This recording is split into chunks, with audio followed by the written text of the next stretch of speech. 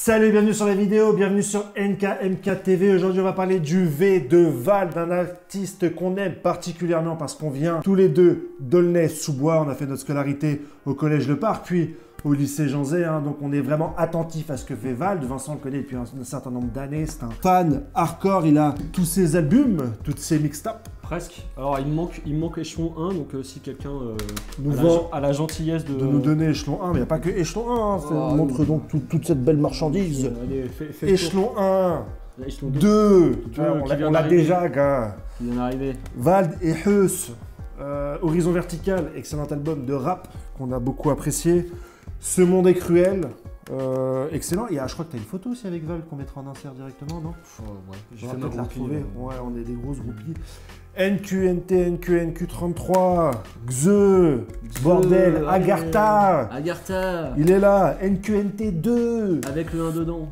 autre chose encore de tellement bresson, de tellement hardcore que je ne saurais le nommer. Enfin bref, on est vraiment des fans de Val, on est très content de pouvoir faire aujourd'hui notre émission sur Val pour la sortie d'Échelon 2 et de son clip qu'on va regarder juste après ça.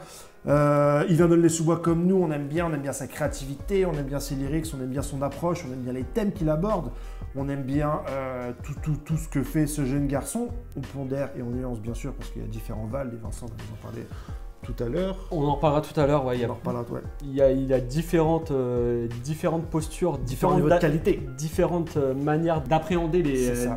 ses collaborations, ses albums, Ouais, etc. Il y a du Val de triple A, il y a du Val Exactement, de... on en B-. parlera, je pense. On en après parlera, le- bien sûr. On va après vraiment le clip. prendre notre temps pour parler de Val. Donc, Échelon 2, c'est cool, c'est un nouveau concept. C'est, voilà, Échelon, il monte sa structure, parce que Val, on le suit aussi depuis le début, on connaît son histoire. Maintenant, il monte sa propre structure. Son parcours avec les labels, C'est effectivement. c'est des Échelons 2, c'est des porte-avions où il tente de lancer des artistes. C'est ça. Donc, ça a des vues commerciales, a des vues d'exposition. Val nous abreuve à chaque volume d'Échelon de morceaux.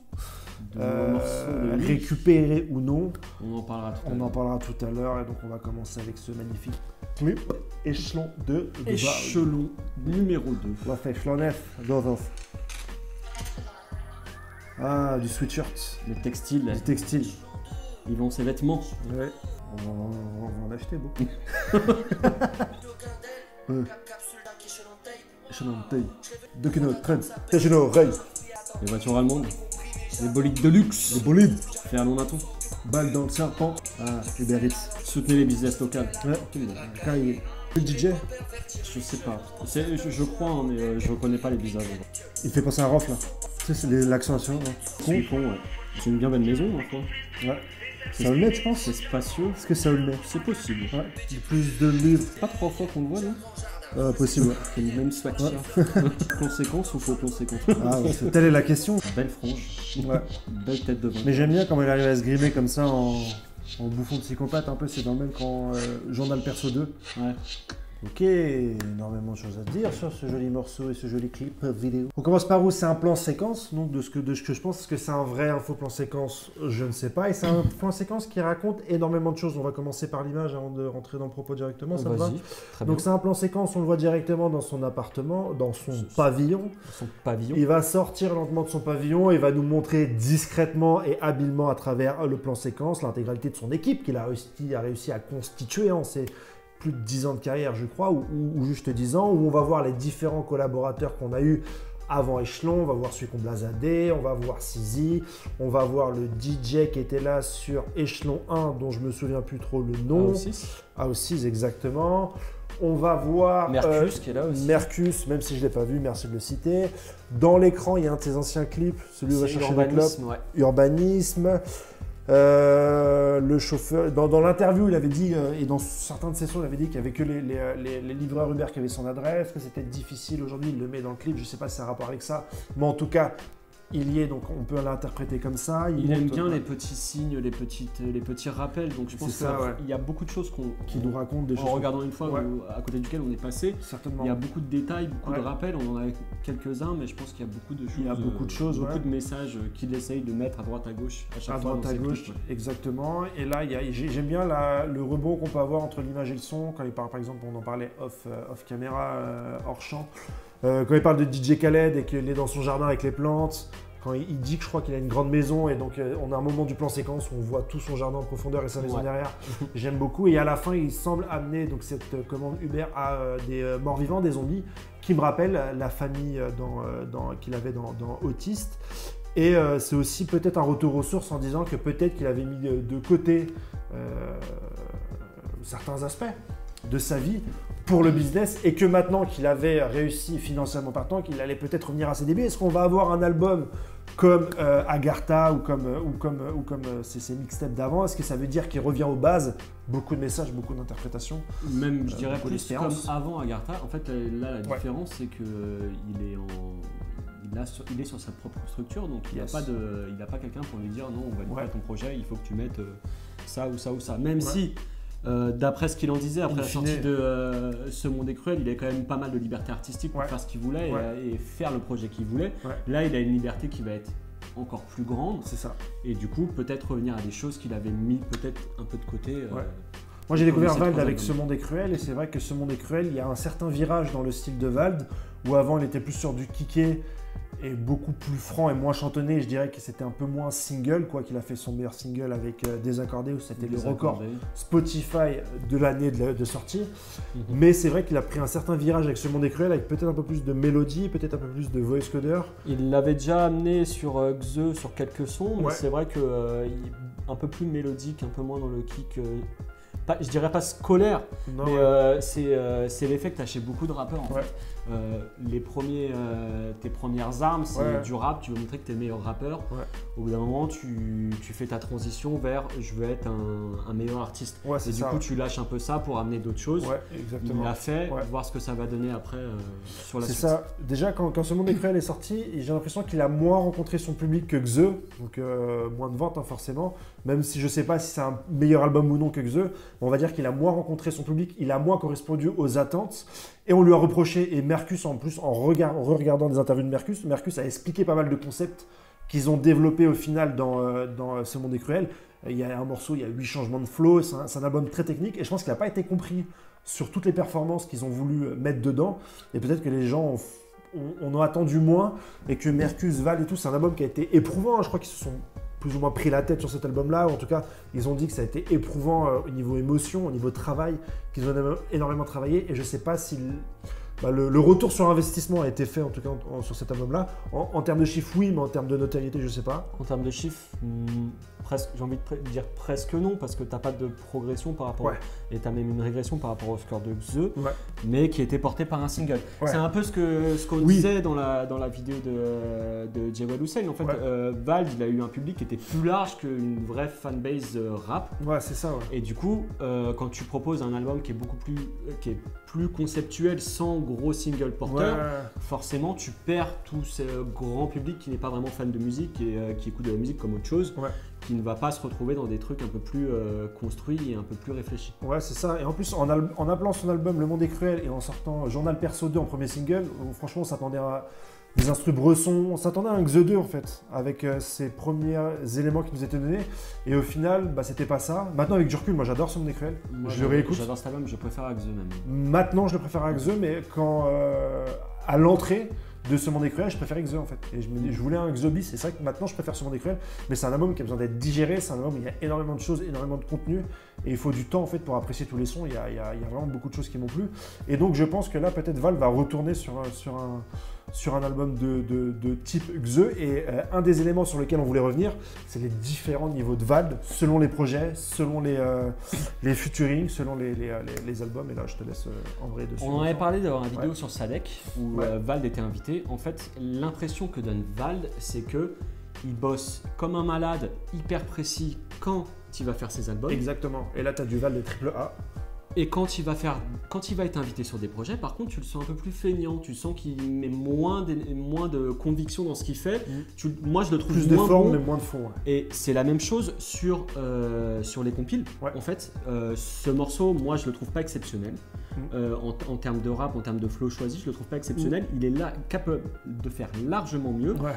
En plus, quand tu recouper avec ça que autant sur le premier volume que sur le deuxième volume, il a récupéré des freestyles qu'il avait fait pour en faire des morceaux. Tu sens que l'implication n'est pas la même que dans ses projets. Après, est-ce que c'est une stratégie pour se dire je garde les meilleures cartouches pour les albums? Forcément. Sûrement. Ouais. Mais après, je pense qu'il ne faut pas juger et se faire ses attentes par rapport à un morceau comme ça si l'album arrive derrière. Ouais. Ce qui est fort possible d'ailleurs parce que le premier volume de Échelon était sorti même pas un mois avant le projet qui était presque surprise avec eux. Ouais, mais là il le dit qu'il a le 10e album qui arrive. Après, ça fait longtemps qu'il dit qu'il arrive et tout ça. Ouais, mais là il dit qu'il arrive, je crois qu'il avait une interview combinée où aussi il dit qu'il arrive. Moi, ça me dérange pas qu'ils prennent d'anciens freestyles parce que du coup, on les a sur Spotify. Et moi, par exemple, le freestyle France Inter, je l'ai kiffé ma race, mais je l'avais pas sur Spotify. En fait, l'avoir sur Spotify, c'est hyper cool en fait. C'est vrai, ça a cet avantage-là. Après, tu te dis, c'est un moins d'investissement pour produire un morceau. Ouais, c'est sûr. C'est surtout sur ça. Après, mais c'est ça aussi, savoir manager son attente et faire toujours partie de l'actualité sans lâcher ses meilleures cartes. C'est quand même très stratégique. Vald est hyper stratégique.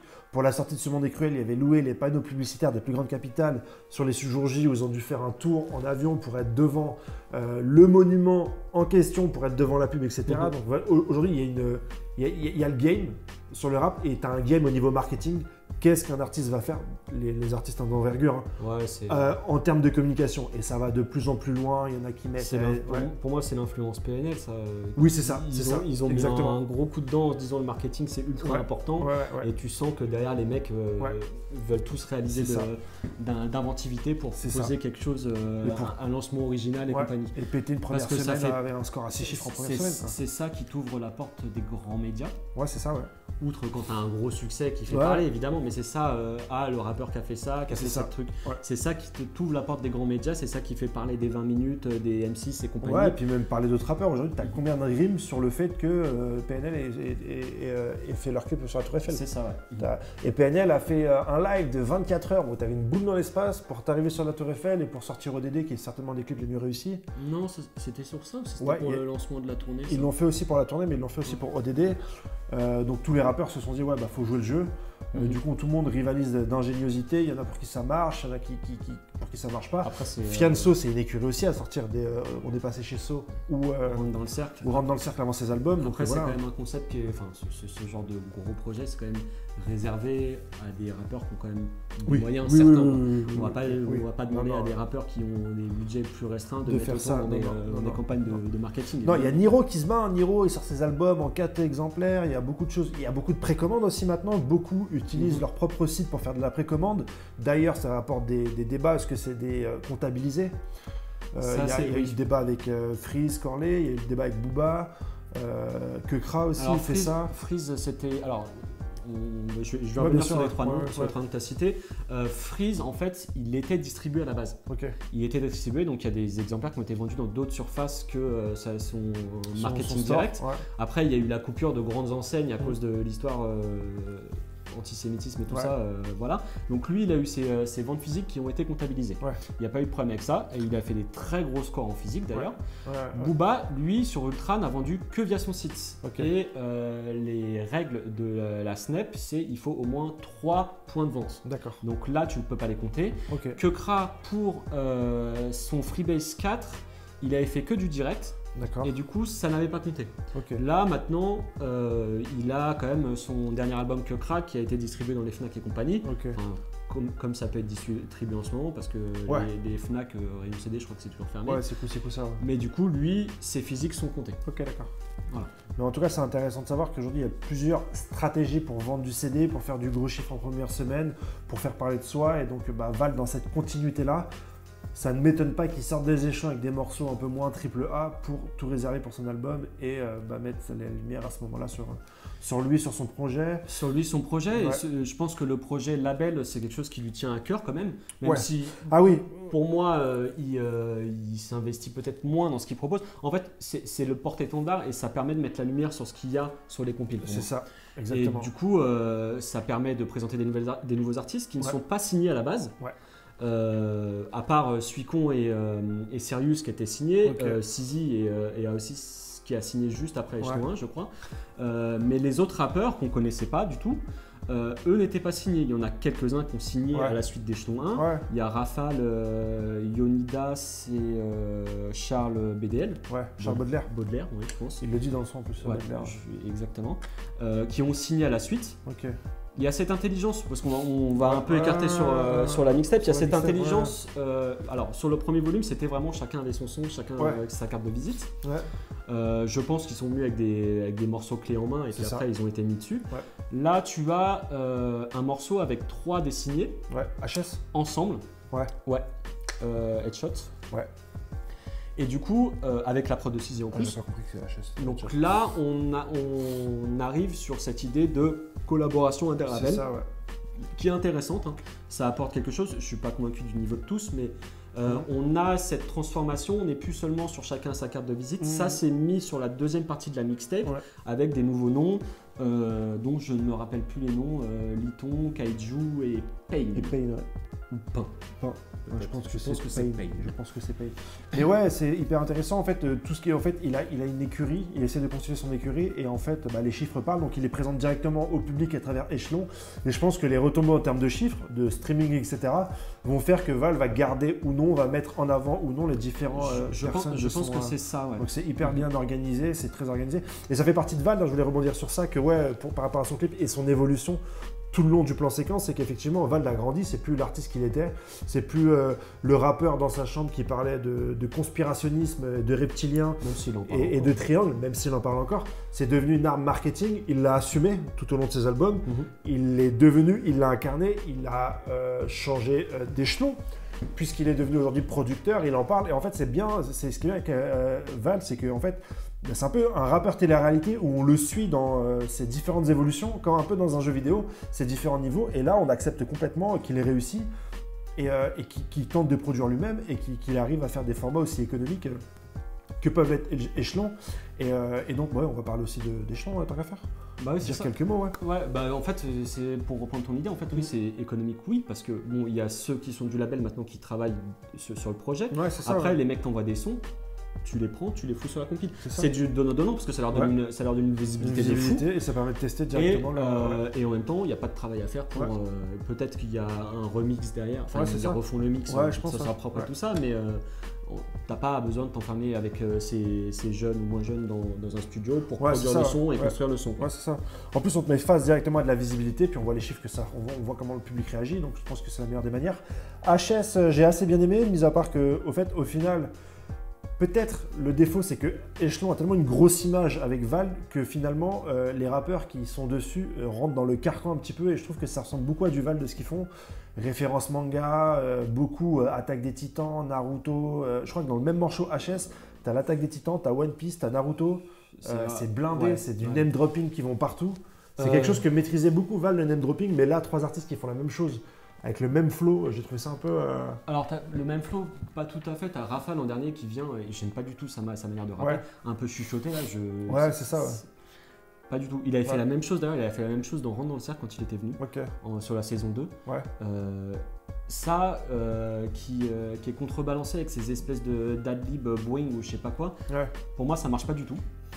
Mais les deux premiers, j'ai du mal à les différencier. Je ne saurais pas te dire qui est qui. Mais j'aime bien ce qu'ils font. Mais du coup, après, si tu dis que ça ressemble à du Vald, c'était beaucoup plus marqué sur le premier, où tu avais un Charles BDL qui faisait clairement du Vald NQNT. C'était clairement de la copie. Ouais, c'est ça. Bon, en fait, après, la question que je me pose, parce que je connais pas, je te laisse rebondir après. La question que je me pose, parce que je connais pas sa musique en dehors de ce son sur Echelon 1 et là sa prestation, c'est est-ce qu'il avait fait du Vald pour pouvoir aller sur la pupille. Mais je prends la problématique inverse. Finalement, si c'est Val qui a la direction artistique, est-ce qu'il choisit pas uniquement des artistes qui lui ressemblent ? Certainement, ouais. Il y a peut-être ça qui joue aussi. Ouais. Ensuite, tu as Suicon Blazadé. T'as Suicon qui fait un truc complètement différent. Il est sorti de son registre habituel. Ouais. Pour moi, ça marche, mais c'est pas là où je vais le préférer. C'est clair, c'est qu'en fait, et puis la problématique plus large que j'ai partagée avec Vincent, que je vais vous partager, pour que vous puissiez comprendre, c'est que Suicon Blaz avait une identité propre en suivant Val pendant longtemps, mais on a attendu son album, et aujourd'hui, où on a une armée de clones de Valve, avec tout le respect que je dois à chacun des artistes, hein, c'est juste pour généraliser une idée que je dis ça, je dis vraiment pas que c'est des clones, ils ont une identité propre et je suis très content du travail qu'ils ont fait, hein, c'est propre, hein, ça ne dénote pas, mais au final, à force de monter une écurie comme ça, est-ce que Suicon devient aussi unique qu'il devrait l'être, et est-ce que vraiment Suicon sera pertinent maintenant dans un album solo, puisqu'on a d'autres artistes assez proches de Val qui commencent à naître et qui ne dénotent pas justement, qui deviennent bons. Sur HS, les deux premiers aussi, je les trouve bons. Et qui ont peut-être aussi plus de motivation à se bouger le cul, parce que je pense qu'il y a un vrai problème derrière ça pour Suicon Blaze. Hein. Et donc Suicon, du coup, change de registre et tente autre chose, mais il est moins percutant que dans son style de départ. Mais dans son style de départ, il commence à être remonté aux fesses par pas mal de nouvelles artistes qui en veulent et qui savent le faire en fait, parce que c'est une recette, hein, ce que fait Val et ce que fait Suicon, c'est une recette, hein, c'est des formats de rimes, c'est des styles de rimes, c'est des références communes, et quand t'es tout seul, ça va, quand t'es deux avec Vald, ça va, quand on a 4, 5, 6, 7, 8, 9 qui pop-up avec des références geek, manga, internet, il y a un son, c'est Wi-Fi, on en parlera tout à l'heure, Famware, Illuminati, manga, reptilien, en fait, voilà. Sirius, on a tous ces éléments-là. Est-ce que Sirius, est-ce que son album va être aussi Suicon hein. Après c'est un bosseur, j'imagine qu'il pourra sortir des choses magnifiques, hein, mais pour l'instant, c'est la question. Bosseur, je me le demande en fait. Moi, je pense qu'il est perfectionniste, je pense. Ouais, ou Glander, je sais pas en fait, au final. Je sais pas. Au final, je sais pas, ouais. En tout cas, est-ce que Suicon n'a pas loupé son train? Je pense. Voilà. Pour moi, oui. Ouais. Pour moi, oui. Sachant que la vague Vald, la grosse vague est passée, c'était à ce moment-là, il avait vraiment, Suicon, il déchire sur son couplet sur l'album de Val.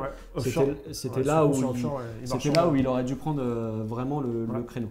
Et surtout que le rap évolue tellement vite aujourd'hui, il y a tellement de rap, les petits jeunes, même en dehors de l'écurie de Val, t'as des rappeurs toutes les semaines, et les mecs ils travaillent, ils sont techniques, ils sont chauds.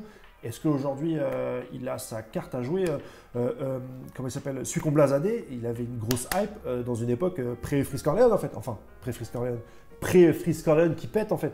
Et donc du coup, Freeze Corleone a pété. Dans son écurie aussi, il y a beaucoup de rappeurs comme ça, un peu bressons qui sont venus. Enfin, bressons, on s'entend. Hein. Et donc du coup, voilà, Suicon Blaze, il avait peut-être une part de gâteau comme ça, peut-être qu'elle est un peu rétrécie. Je suis du même avec toi là-dessus. Ouais. Je pense que le créneau, après, reste à voir, hein, peut-être. Oui, par contre, si Vald arrive à repop autant qu'il a fait avec The, avec son prochain album, là par contre, il faut qu'il prenne la vache complète. Ouais, je pense. Parce que là, tu vois, en fait, les scores de Horizon Vertical sont pas astronomiques, alors que tu as quand même Eus et Val qui sont censés être deux grosses têtes d'affiche. J'ai pas suivi les chiffres, par contre, je trouve que c'est un très bon album.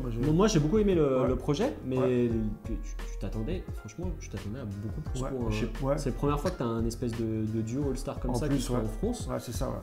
Tu t'attendais à des chiffres beaucoup plus hauts et il a peiné en fait au niveau des scores. Mais après, il y a la pandémie, il y a beaucoup de choses, il y a beaucoup de sorties. Il y a énormément de sorties. Regardez, nous on voulait faire Val et il y a Jawel qui sort en même temps. T'as Sofiane qui sort en même temps.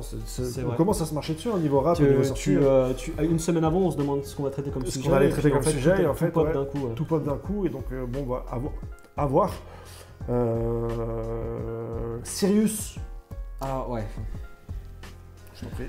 Sirius, sur Échelon 1, il proposait un son qui semblait un peu hors temps, c'est-à-dire un peu daté. Il proposait un son qui sortait de daté, je pense, parce que Sirius, c'est un mec qui rappe depuis très longtemps, qui est autour de Val depuis très longtemps aussi. Il faisait pas des instrus aussi? Il faisait des instrus, et le mix aussi. Je crois qu'il mixe les albums de Val, il me semble. Là, il a proposé autre chose qui se veut plus moderne, qui, on se l'a dit tous les deux, sonne comme du Kekra. Ça sonne vraiment comme du Kekra pour moi, même dans l'intonation de la voix et tout. Moi, je le trouve pas extrêmement doué et j'arrive pas à m'emballer pour un produit de Sirius. Sans que ça soit mauvais, mais je sais pas. Mais je me demande comment aujourd'hui on peut faire du Kekra copier-coller, sortir ça et ne pas imaginer qu'on va dire mais attends, ça ressemble à du Kekra là, il est tellement. Enfin, son style est tellement personnalisé à Kekra que je trouve ça pas pertinent. Après, il a voulu évoluer, c'est tout à son honneur de se dire je reste pas dans la vibe que j'avais par exemple sur NQNT33, je crois qu'il a un son aussi, et sur Échelon 1 où il sonnait daté, où franchement personne ne va retenir ce genre de choses aujourd'hui malheureusement.